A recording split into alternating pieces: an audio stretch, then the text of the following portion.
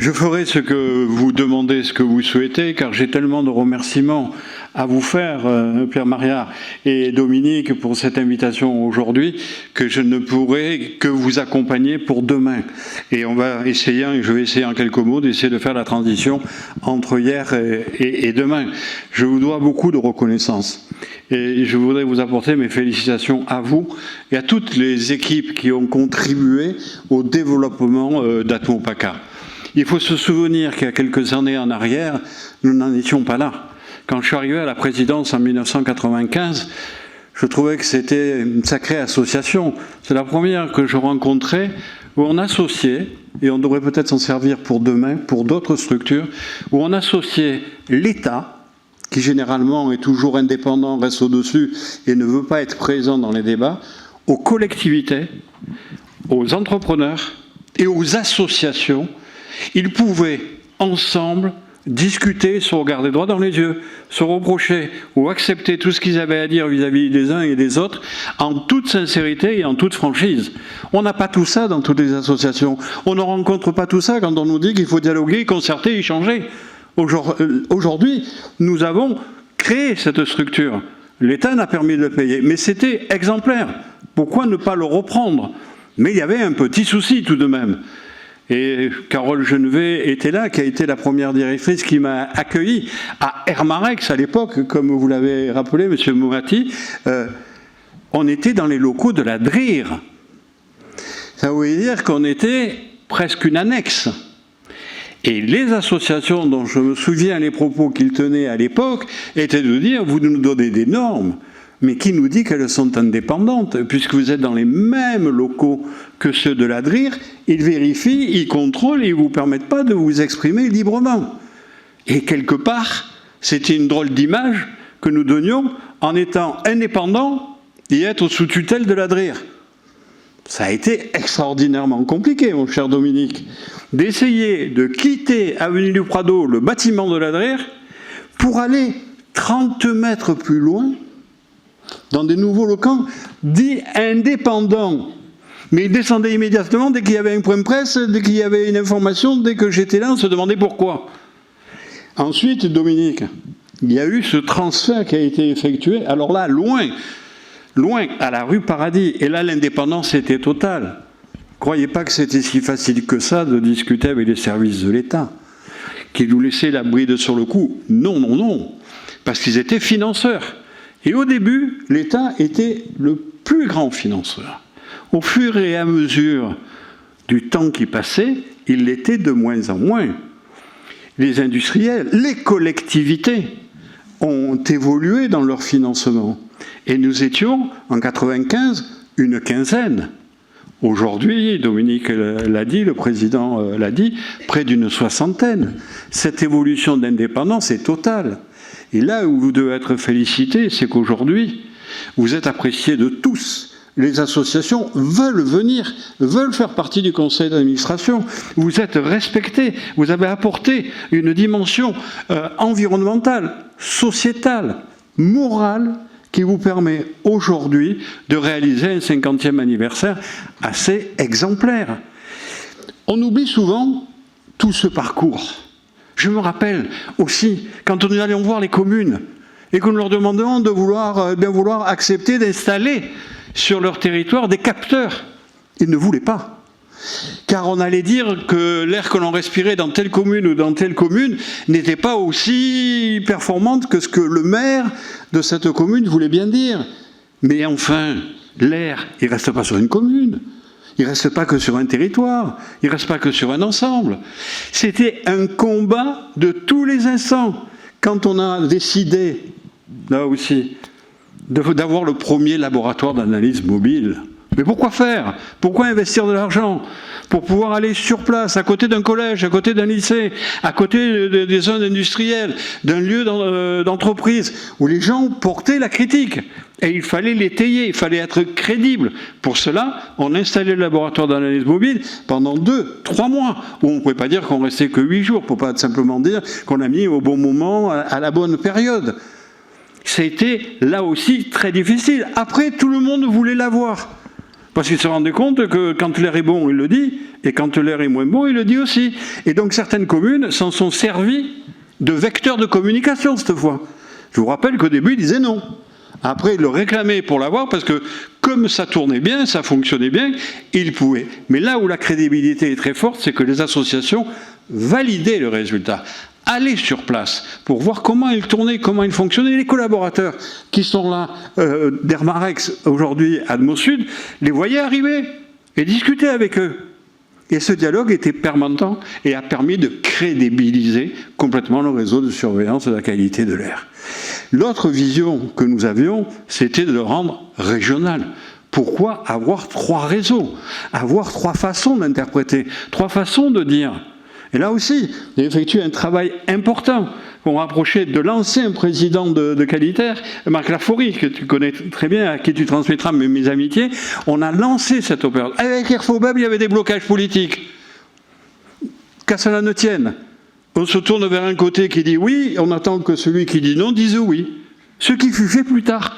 Dans tous les cas, c'est qu'une question de temps avec les politiques. Ils arrivent tous à ce que vous voulez. Finalement. Mais il faut y mettre un peu le temps, il faut avoir un peu de patience. Alors j'ai une reconnaissance vraiment très forte de ce que nous avons fait, qui n'était rien par rapport à tout ce que vous avez fait ensuite. Parce que quand on débloque la machine, quand on crédibilise la machine, elle a une dimension pour l'extérieur, pour les autres. Et dans cet instant-là, on est face maintenant à une institution. Nous avons créé une institution. Quand nous voulions exprimer un certain nombre de choses sur la santé. Pourquoi voulez-vous que ce soit moi, que ce soit Pierre, que ce soit d'autres, qui n'avons rien à voir avec les problèmes de santé, totalement incompétents?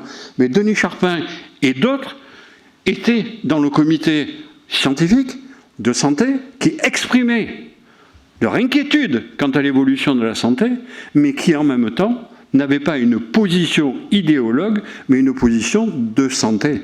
Et tout cela a concouru à crédibiliser complètement le réseau de la surveillance de la qualité de l'air. Quand nous envoyions nos représentants au Conseil national de l'air, ils étaient crédibles. Quand on échangeait avec les autres réseaux, on avait une forte crédibilité. Nous avons souvent entendu que dans le Sud, on ne travaille pas, on n'est pas bien, on n'est pas convenable, on n'est pas dans les meilleures conditions qui soient. Eh bien non. Quand on était avec les autres structures, quand on échangeait, et on s'est rendu compte que nous étions en pointe, que nous avions à envisager des choses positivement. Aujourd'hui, j'ai vu des choses qui s'inscrivent dans l'avenir, dans demain, ce que sera sans doute le réseau de surveillance de la qualité de l'air. Dieu sait qu'avec Daniel Boutet, nous n'avons pas été souvent d'accord. Mais Dieu sait qu'il m'a présenté quelque chose tout à l'heure. Pour venir vérifier la qualité de l'air par drone, bravo. Je ne l'ai pas dit souvent. Vous non plus. Mais aujourd'hui, oui, c'est ce qu'il faut. Il faut aller vers cette modernité. Si la technicité nous donne des moyens, exploitons-les. Regardons, évoluons. Vous imaginez avec un drone, vous pouvez voir le niveau de la qualité de l'air ou de la pollution à 20 mètres de haut, à 40 mètres de haut, à 60 mètres de haut, à 80 mètres de haut, à 120 mètres de haut. C'est bien ça. Jusqu'à 120 mètres de haut, vous pouvez visualiser la couche de pollution qui a évolué, qui est extrêmement importante dans le domaine de la santé. Et on peut juger de la dispersion qui a souvent été émise comme étant des solutions à apporter. Ici, on n'a pas besoin de surveillance de la qualité de l'air, nous avons le Mistral. Non. Nous devons tout contrôler scientifiquement dans le cadre des règlements et des lois qui s'imposent dans un état de droit que nous ne pouvons qu'encourager à continuer à poursuivre et aller de l'avant. Je souhaite que dans l'avenir, Admo Sud, que la Fédération nationale fasse en sorte que nous ayons encore d'autres avancées. Quand on vient, au travers des nouveaux appareils que vous nous avez montrés, contrôler l'air intérieur. C'est ça l'avenir. L'air intérieur doit se faire dans chacun des domiciles, dans chacun des appartements, dans chacun des maisons.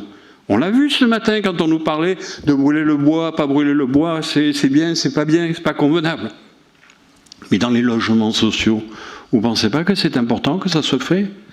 Vous imaginez que ce sont les populations qui sont dans les situations les plus défavorisées, qui doivent subir plein de problèmes, plein de difficultés. Et en plus, leur donner les moyens de pouvoir respirer un air de meilleure qualité serait une excellente chose. on doit aussi aller dans les lieux publics, que l'ensemble des collectivités, des services de l'État qui accueillent du public, on aille vérifier à l'intérieur de ces bâtiments la qualité de l'air, que ceux qui y travaillent respirent, mais que tous ceux qui viennent dans ces services respireront à ce moment-là. Qu'on ait le culot d'aller aussi contrôler l'air que nous avons dans les métros. Car on parle du métro, on parle dans un environnement, c'est magnifique, ça nous aide. Ça va contre une forme de pollution, puisque c'est l'électricité, où on nous conseille tous les jours de nous brancher et de prendre des voitures, du tram, du métro, tout ça à l'électrique, où on explique tous les jours que dans tous les cas on en produit moins et qu'il faudra bien à un moment donné faire attention. Donc je ne sais plus s'il faut prendre la voiture, le métro électrique ou le tram électrique, ou s'il faut rester à la maison. Mais dans tous les cas, il faut, me semble-t-il, contrôler l'air à l'intérieur des bâtiments, à l'intérieur des lieux publics, et on aura un certain nombre de surprises à avoir. Comme moi j'avais eu la surprise, et je terminerai par là, de voir que les premiers contrôles, tout à l'heure Dominique me le rappelait en plaisantant, que quand j'ai fait les premiers contrôles sur la ville de Marseille, qu'on m'a expliqué, qu'on a été pédagogique avec moi, qu'on a été patient, pour que je puisse tout comprendre, en n'étant pas ingénieur de formation, savoir à Marseille où était la plus forte pollution. Et j'étais convaincu, comme sans doute certains d'entre vous, que le lieu où la pollution était la plus forte, c'était le centre-ville. Eh bien non. Je me suis rendu compte, plusieurs années renouvelées, que c'était à Plombières, qui a la plus grosse pollution atmosphérique à Marseille, et Dromel-Sainte-Marguerite. Je n'avais pas pensé. Et pourtant, c'est à cet endroit-là.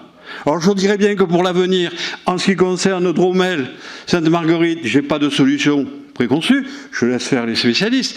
Mais en ce qui concerne Plombières, si déjà on enlevait la passerelle comme on l'a enlevé sur la Joliette, peut-être qu'en termes de pollution de l'air, on améliorerait grandement les choses. Donc aujourd'hui, Atmosud fête 50 ans. Elle a encore au moins 100 ans de vie, compte tenu de toute l'évolution qu'il y aura, de la législation, de ce que voudront les citoyens, de ce que voudront les populations. Il y aura encore énormément de travail à effectuer et je vous fais confiance à vous, à ceux qui travaillent avec vous, parce que vous avez démontré par le passé que vous étiez à la hauteur de la confiance comme vous témoignez, et on vous fait de nouveau confiance pour que demain, vous montriez l'exemplarité du dialogue, de l'échange, du contrôle, de la validation, ce dont on a impérativement besoin. Et ça ne vient pas d'en haut, ça vient de votre part, et pour cela, soyez-en félicités aussi. Merci beaucoup.